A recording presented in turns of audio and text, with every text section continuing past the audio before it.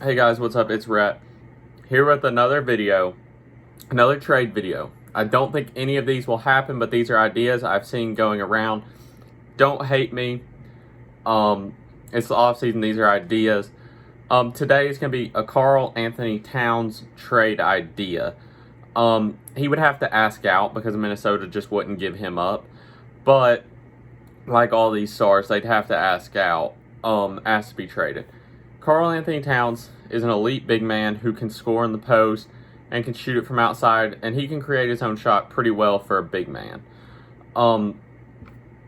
He's been a top center in the league. This is the first year he really hasn't been one, but he's had 50-point games. He's a consistent 25, 30-point per game guy with about 10 rebounds per game.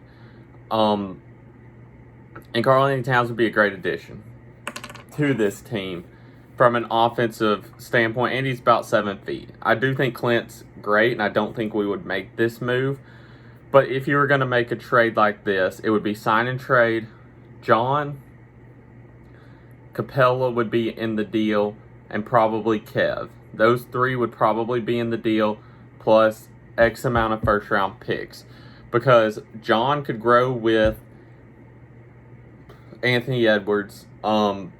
Herder could grow still, and Capela would be a center because we wouldn't need a center anymore in our lineup, or we wouldn't need to run two centers, so he would get thrown in that deal. How I think this benefits us is it brings another superstar. I don't think he's a superstar. Another star to Atlanta who can score it, and then you would run Trey, Bogey, Cam, Hunter, him.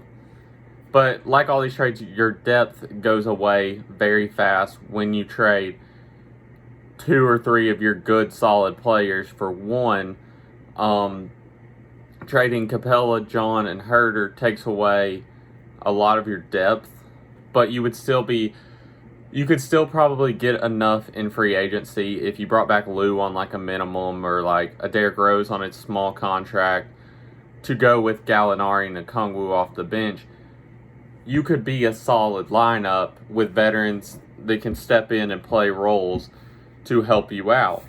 But you would have to refill those roles every year or two. You saw this with the Warriors.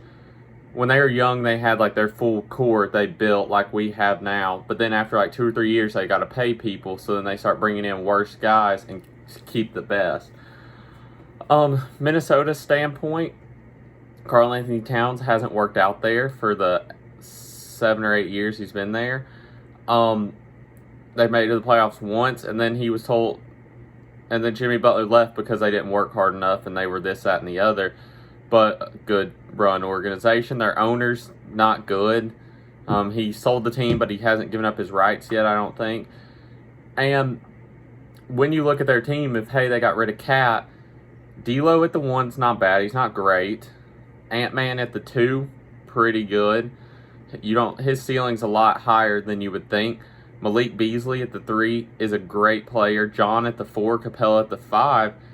This would be like a worse version of our team, but it could have the same outlook because your bench would get tremendously deeper with Okogie and Herder and, gosh, I'm trying to think of the guys they have on their team, Ricky Rubio, to where you would have a solid enough team. I think that would be a playoff team in the West.